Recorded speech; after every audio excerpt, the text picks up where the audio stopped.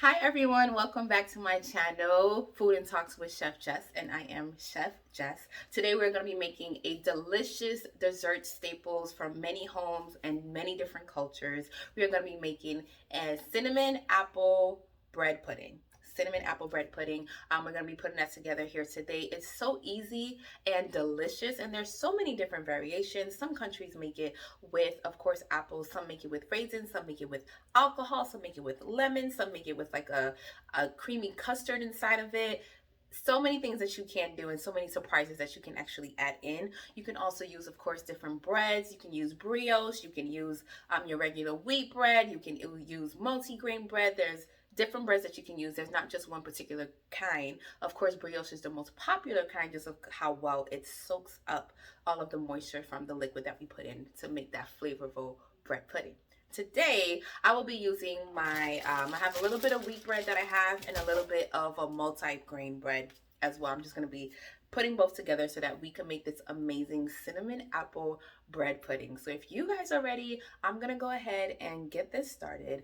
Also, on this recipe, I do have a little bit of cinnamon whiskey that I had. So I'm going to use a little tablespoon of that in this recipe. Now, definitely feel free to omit it if you do not want to add any alcohol to it. Just because it had a little bit of cinnamon in there, I would just want to utilize it just to have that little bit of extra flavor added to the dish. But let's go ahead and get started. All right, so we have our ingredients all listed out here. I have some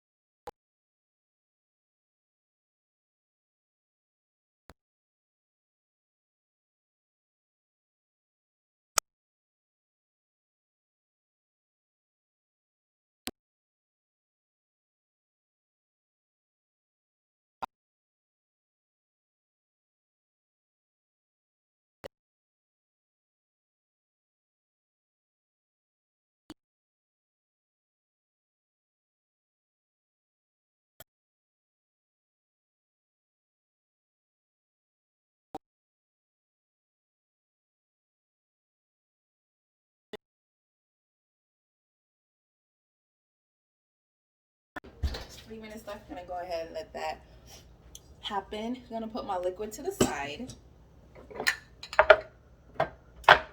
and gonna go ahead and oil up my pans. Here, these are going to have the bread pudding inside of it. Don't want anything to stick because that's not what we're about. We want it to easily come out.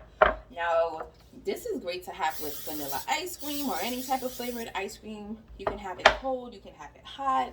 It's still equally as delicious.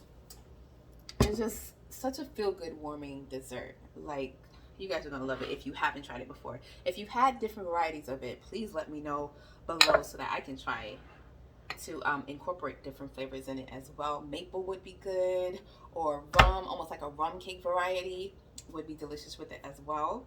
Now I'm gonna go ahead and let this rest here and get the apples situated and pull out the bread from the oven. All right, I did pull the bread out of the oven. Before I put everything together, I did want to add my butter to the mixture. You want to keep whisking if your butter is melted and warm, just because you don't want it to start chunking up because of the coolness of the mixture here. So you want to add it slowly.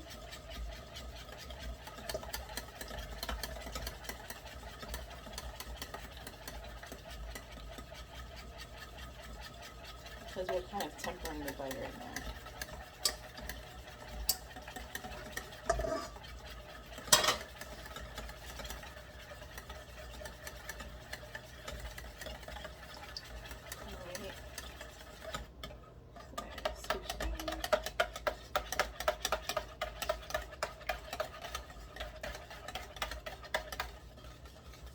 Alright. Ooh, it's creamy. So now I'm gonna get the bread ready. Now if it's still hot, you want to cool it down just a bit, just so there's no issues. You don't want to burn yourself, right? Then you want to go ahead and start adding the bread to your dish. I like the different colors here of the regular wheat and then the 7-grain. It's like ancient grain bread that I had. So it gives it a nice, different colors.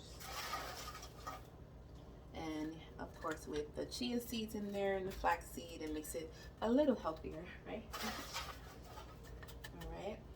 So it looks like it's packed, but remember when we add the liquid to it here, it is going to kind of soak in some of that moisture.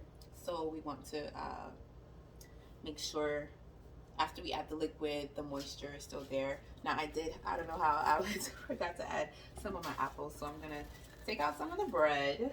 Don't do this, right? Live cooking. All right, so we want to add some of our very thick apple chunks. I purposely chopped them large because I like to taste the flavor of the actual apples. Right. So same thing, we add the bread back in. This clearly needs some more apples.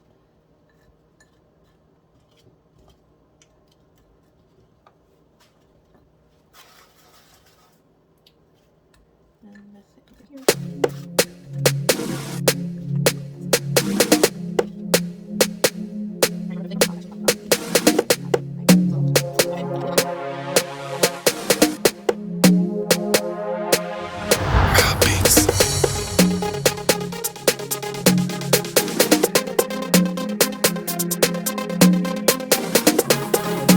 Save just a little bit here of this and let the bread kind of sit and soak. I'm going to give it about 15 minutes so that the ingredients from our liquid is just soaking into the bread. So I'm going to give it about 15 minutes to stay here, and then I'm going to top it off with the rest of the liquid before I go ahead and put it back in the oven. All right, so it's been about 15 minutes, close to 15 minutes here, and I'm just pushing down, not pushing, it was just tapping down in case any bread was trying to get more of the moisture or there was more air pockets, right? So just trying to make sure that every little piece is soaked up here. Just doing a little tap because we don't want it mushy. I like the textures here. And then we're gonna just top it off here with the rest of our liquid before putting it in the oven.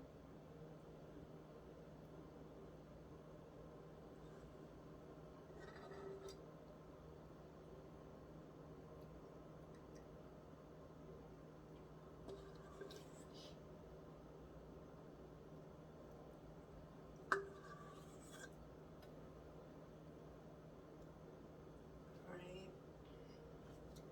so I'm gonna put it in the oven to bake up. Alright,